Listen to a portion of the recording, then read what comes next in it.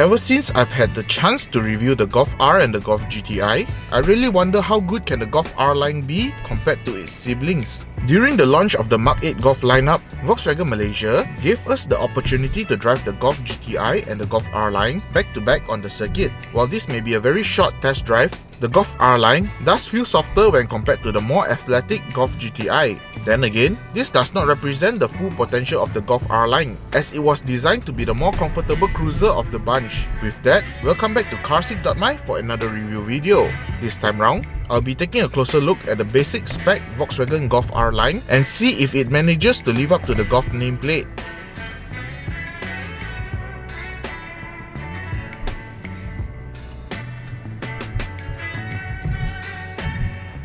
For the exterior, the Golf R line remains a sporty looking hatchback despite being the entry-level model. The sporty look of the Golf R line is further enhanced by the contrasting black color trims that are available on the front bumper, side skirt and the rear bumper. On the front bumper, it looks rather aggressive, especially the huge grille that stretches across the bumper. While the large grille does give the Golf R line a more distinctive look, the gap between the slats are really huge, and you can clearly see the aircon condenser sitting in there. I would highly recommend owners to add a mesh grille on it if possible. This is to prevent random stones from flying into the front bumper and damaging the aircon condenser. While both the Golf R and the Golf GTi get signature contrasting color strips around the vehicle, the Golf R line comes with a more toned down chrome strip to fill the gaps. Around the vehicle, the Golf R line still features the R logo on the front grille and also on both of the front fenders. But at the rear, the location underneath the VW badge will get a more subtle Golf lettering instead. To keep the cost down, the Golf R line also loses the electrically folding door mirrors just like the Golf GTi. But unlike the Golf GTi, the Golf R line comes with a set of 17-inch rims instead of the 18s found on the Golf GTi. This set of 17s actually look rather dull when compared to the larger rims, but the thicker sidewall on the 225/45 R17 tyres does provide a better ride comfort.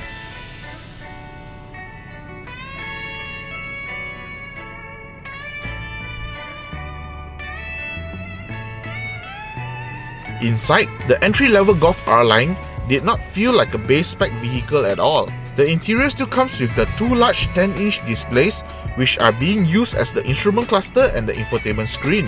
Volkswagen Malaysia also retains the interior ambient lighting, and this allowed the interior to look and feel more upmarket in the dark. While it's nice that the Golf R line comes with the above mentioned features, cost cutting still has to come from somewhere. So for the Golf R line, Volkswagen Malaysia chose to ditch the wireless charger and the auto hold function for this variant.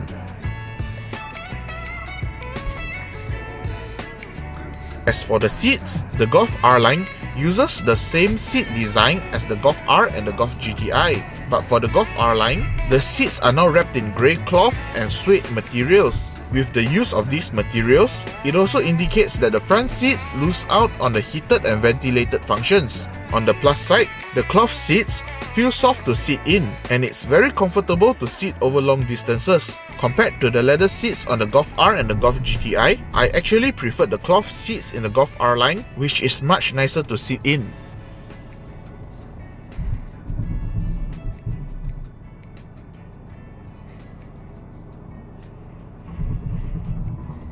Powering the Golf R line is the familiar 1.4-litre turbocharged 4-cylinder engine, which also powers a wide variety of Volkswagen Group products. And for this new Golf R line, Volkswagen has replaced the 6-speed DSG with an 8-speed automatic transmission that is sourced from Aisin.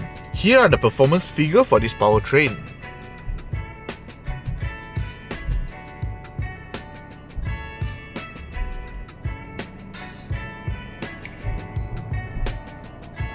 Comparing it to the Golf R and the Golf GTi, the Golf R line comes with a rather muted engine. This is to be expected from the Golf R line, as this variant was meant to be a family runabout. With this turbocharged 1.4-litre engine, the Golf R line didn't have much trouble keeping up with the traffic. Among the different small capacity engines from Germany, the 1.4-litre turbocharged engine in the Golf R line is the smoothest in its class, and thanks to the 8-speed automatic transmission, this 1.4-litre engine also returns an impressive 7-litre per 100km fuel economy figure. Personally, I think Volkswagen has done a great job for choosing the 8-speed automatic transmission. Apart from the improved fuel economy, this transmission also made the powertrain feel more robust. While the gear change is smooth, the 8-speed automatic transmission does not change gear as fast as the DSG. This is particularly obvious during the downshifting operation, where there is a gap between pulling the pedal shifter and the transmission downshifting.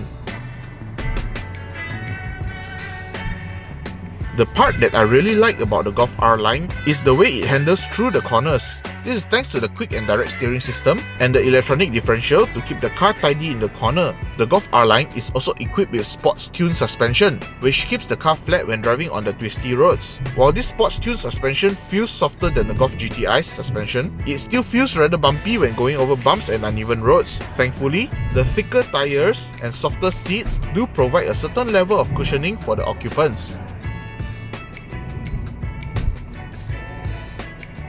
For a regular run-of-the-mill Golf R line, the brakes are surprisingly large, and it's probably the same size as the Golf GTi's. The brakes do have strong braking performance, and it also provides plenty of confidence to the driver when braking. In terms of the driver assistance systems, it's close to non-existent in the Golf R line. I know Volkswagen Malaysia tries to keep the cost down, but I think they should consider featuring the driver assistance systems on the Golf R line. This is because most Golf R line will be driven by non-car enthusiasts, and they will use the vehicle to carry out their mundane tasks. As of now, here are the safety systems that are available on the Golf R line.